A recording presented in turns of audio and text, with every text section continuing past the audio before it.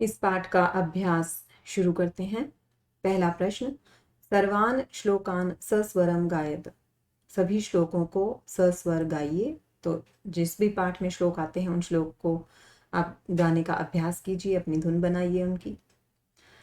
दूसरा प्रश्न है, उपयुक्त कथनानाम समक्षम आम अनुपयुक्त कथनानाम समक्षम न इति लिखत। जो सही कथन है उनके सामने हाँ लिखिए, जो सही कथन नहीं है उनके सामने न लिखिए। क भाग, प्रातः काले ईश्वरम स्मरेत। प्रातः काल में ईश्वर को स्मरण करना चाहिए, तो ये सही है, इसमें आप लिखेंगे आम।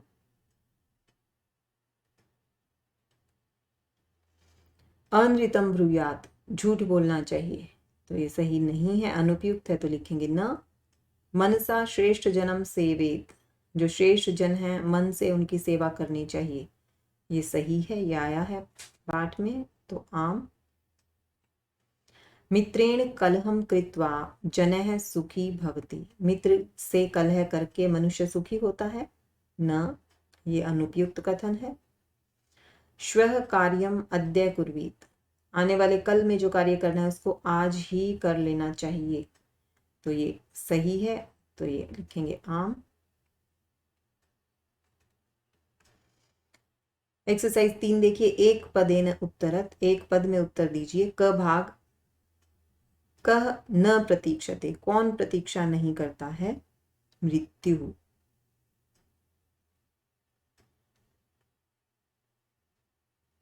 मृत्यु न प्रतीक्षते। ख भाग में, सत्यता कदा व्यवहारे स्यात्, सत्यता कब व्यवहार में हो? सर्वदा, हमेशा।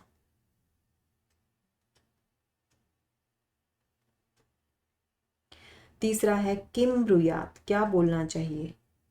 सत्यम ब्रूयात, सच बोलना चाहिए।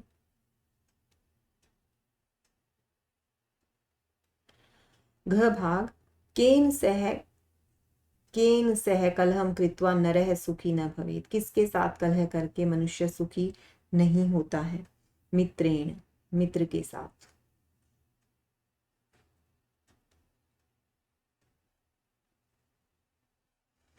ग भाग, कह महारिपुः अस्माकं शरीरे तिष्ठति, कौन महान शत्रु हमारे शरीर में रहता है? ये सबको पता है हमें, आलस्यम।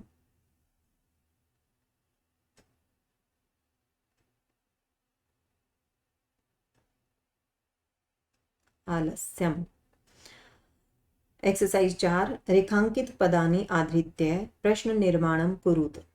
रेखांकित पदों को आधार बनाकर लेकर प्रश्न निर्माण करिए। मृत्यु न प्रतीक्षते, तो मृत्यु की जगह हमें प्रश्न लिखना है, कौन प्रतीक्षा नहीं करता है? तो कह। ख भाग, तो जब आप प्रश्न लिखेंगे, प्रश्न निर्माण करेंगे, तो इस शब्द की जगह कह लिखेंगे, कह न प्रतीक्षते, और फिर क्वेश्चन मार्क आ जाएगा। ख भाग, कलहम कृत्वा नरः दुखी भवति, क्या करके? तो यहां आप कलहम की जगह लिख सकते हैं किम। किम कृत्वा नरः दुखी भवति, और फिर क्वेश्चन मार्क। ग भाग, पितरम कर्मणा सेवेत, किसको कर्म से सेवा करें? तो कम। पितरम की जगह लिखेंगे सेम विभक्ति में कम। घ भाग, व्यवहारे मृदुता श्रेयसी, व्यवहार में मधुरता अच्छी होती है, श्रेयसी है, तो यहाँ मृदुता के लिए, क्योंकि आकारांत शब्द है, प्रथम पुरुष में है का, प्रथमा विभक्ति में है, तो यहाँ पे आएगा का। ग भाग, सर्वदा व्यवहारे ऋजुता विधेया, हमेशा व्यवहार में ऋजुता हो। सर्वदा, तो कदा, कब, तो यहाँ लिखेंगे कदा व्यवहारे ऋजुता विधेया, और उसके बाद क्वेश्चन मार्क। अब प्रश्न 5 में आपको क्या कहा गया है? प्रश्न मध्ये त्रीणि क्रियापदानि सन्ति, तानि प्रयुज्य सार्थक वाक्यानि रचयत। तो ये 3 क्रिया हैं यहाँ पर, ब्रूयात बोलना चाहिए, सेवेत सेवा करनी चाहिए, स्यात हो। अर्थ मैंने आपको बता दिए हैं। अब यहाँ बाकी वाक्य का भाग दिया हुआ है, इसके साथ इन 3 क्रिया में से एक क्रिया लगेगी, आपको जोड़नी है और फिर यहाँ वाक्य बनाकर लिखने हैं। तो आप शुरू कर सकते हैं, यहाँ से शुरू कर लीजिए। सत्यम प्रियम च ब्रूयात, सत्य और प्रिय बोलना चाहिए। अब ये वाक्य आप यहाँ क भाग में लिख सकते हैं। मैं शुरुआत कर देती हूँ, बाकी आप अपने आप लिखेंगे। तो आप क्या लिखेंगे? सत्यम प्रियम च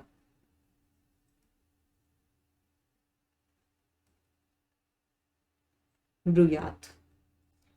अब ऐसे ही बाकी वाक्य आप लिखेंगे, मैं आपको बता देती हूँ, वर्बली इसको कर लेते हैं। मनसा मातरम पितरम च, मन से माता और पिता की सेवेत सेवा करनी चाहिए। अनृतम प्रियम च न ब्रूयात, झूठ और प्रिय लेकिन झूठ नहीं बोलना चाहिए, ब्रूयात आएगा इसमें। व्यवहारे सर्वदा औदार्यम स्यात्, व्यवहार में हमेशा उदारता हो। श्रेष्ठ जन्म कर्मणा, श्रेष्ठ जन की कर्म से सेवेत सेवा करनी चाहिए। व्यवहारे कदाचन कौटिल्यम न, व्यवहार में कभी भी कुटिलता न स्यात् हो। सत्यम अप्रियम च न, सत्य लेकिन अप्रिय नहीं ब्रूयात बोलना चाहिए। आखिरी वाक्य जो बनेगा उसको देखते हैं। वाचा गुरुम सेवेत, वाणी से गुरु की सेवा करनी चाहिए। तो इस तरीके से ये सारे वाक्य पूरे हो गए हैं और इनको अब आप यहाँ लिख सकते हैं। छठी एक्सरसाइज है मंजूषात है अव्यय पदानी चित्वा रिक्त स्थानानि पूरयत, मंजूषा से अव्यय पदों को चुनकर रिक्त स्थानों को पूरा कीजिए। तो यहाँ अव्यय शब्द हैं ये सारे के सारे। तथा, वैसे ही, न नहीं, कदाचन कभी, सदा हमेशा, च और अपि भी। पहला देखते हैं क भाग। भक्त है डैश ईश्वरम स्मरति, भक्त है सदा ईश्वरम स्मरति, तो सदा यहाँ है, आप यहाँ लिख सकते हैं सदा। ख भाग असत्यम डैश वक्तव्यम, असत्य नहीं बोलना चाहिए, तो यहाँ लिख सकते हैं न असत्यम न वक्तव्यम। अब इसका छठी एक्सरसाइज का अगला भाग देखते हैं। इसमें ग भाग देखिए। प्रियम डैश सत्यम वदेत, प्रियम तथा सत्यम वदेत, तो यहाँ आप तथा लिख सकते हैं इस वाक्य में। घ भाग में देखिए। लता मेधा डैश विद्यालयम गच्छतः, लता और मेधा, तो और के लिए यहाँ कॉमा नहीं लगाया हुआ, तो हम और के लिए क्या लिखते हैं? च। ग पार्ट डैश कुशली भवान, और क्वेश्चन है ये एक, तो आगे जो अपि शब्द है उसको लगाने से ये क्वेश्चन भी बन जाता है। तो अपि कुशली भवान, क्या आप कुशल हैं? च महात्मा गांधी डैश अहिंसाम न त्यजत, महात्मा गांधी ने कभी भी अहिंसा को नहीं छोड़ा, तो यहाँ आएगा कदाचन, कभी भी। एक्सरसाइज 7 को देखिए। चित्रम दृष्ट्वा मंजुषातः पदानि च प्रयुज्य वाक्यानि रचयत, चित्र को देखकर और मंजुषा से पदों को प्रयोग करके वाक्य बनाने हैं आपको। तो इसमें शब्द दिए हुए हैं, ये कक्षा का सीन है, टीचर पढ़ा रहे हैं, ब्लैक बोर्ड पे कुछ लिख रहे हैं और बच्चे भी अपनी नोटबुक्स खोले हुए हैं, ये भी कुछ लिख रहे हैं। तो वाक्य बनाते हैं यहाँ से। कर्ता और क्रिया को का मेल होना पहले जरूरी है, ये आप देख लें। लिखती है, तो यहाँ नीचे देखिए शिक्षक है भी है, शिक्षक है लिखती, शिक्षक लिख रहा है, कहाँ लिख रहा है?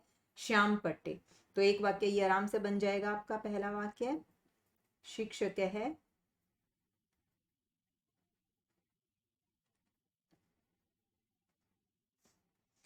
श्याम पटे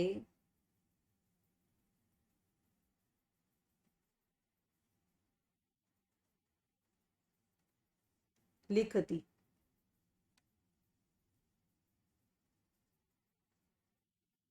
तो एक वाक्य ये कंप्लीट हो गया। और देखिए और क्या वाक्य आप बना सकते हैं यहां से। छात्राः लिखन्ति, छात्र लिख रहे हैं। क्या लिख रहे हैं? छात्राः उत्तराणि लिखन्ति, ये एक पूरा वाक्य बन जाएगा। तो ये वाक्य हम लिख सकते हैं, छात्राः उत्तराणि लिखन्ति। छात्राः उत्तराणि लिखन्ति। जब भी आप कोई वाक्य बनाते हैं तो उसमें जो सबसे इंपॉर्टेंट बात है वो ये कि जो आपने कर्ता लिया है, क्या क्रिया उस कर्ता के अनुसार है। अगर ये बहुवचन है तो क्या क्रिया आपकी बहुवचन है। ये प्रथम पुरुष का है तो क्या ये क्रिया प्रथम पुरुष में है।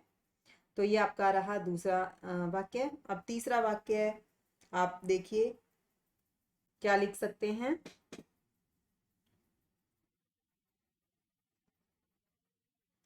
स यहाँ लिखा हुआ है और एक है तो इसलिए छात्रः लिखना पड़ेगा आपको। स छात्रः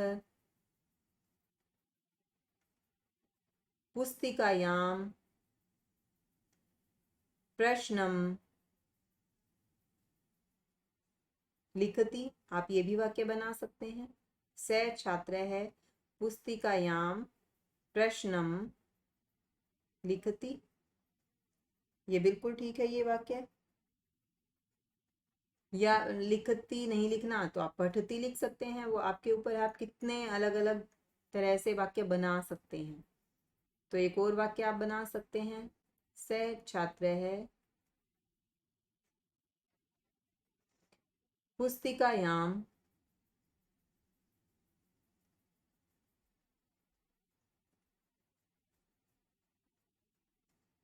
पुस्तिकायां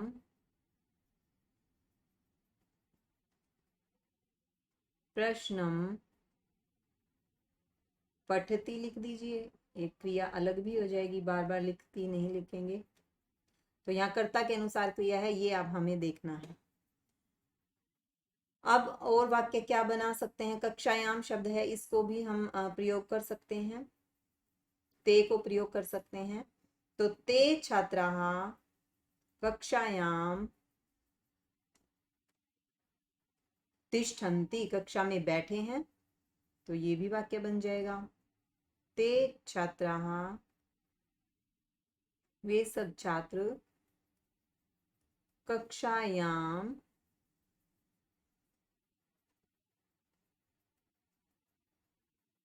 तिष्ठन्ति। आप और भी अलग वाक्य सोच सकते हैं, पर यहाँ भी हमने क्रियाएं सब अलग अलग कर दी हैं। तो इस तरीके से ये लास्ट एक्सरसाइज थी इस चैप्टर की। तो ये पार्ट हमारा यहाँ खत्म होता है।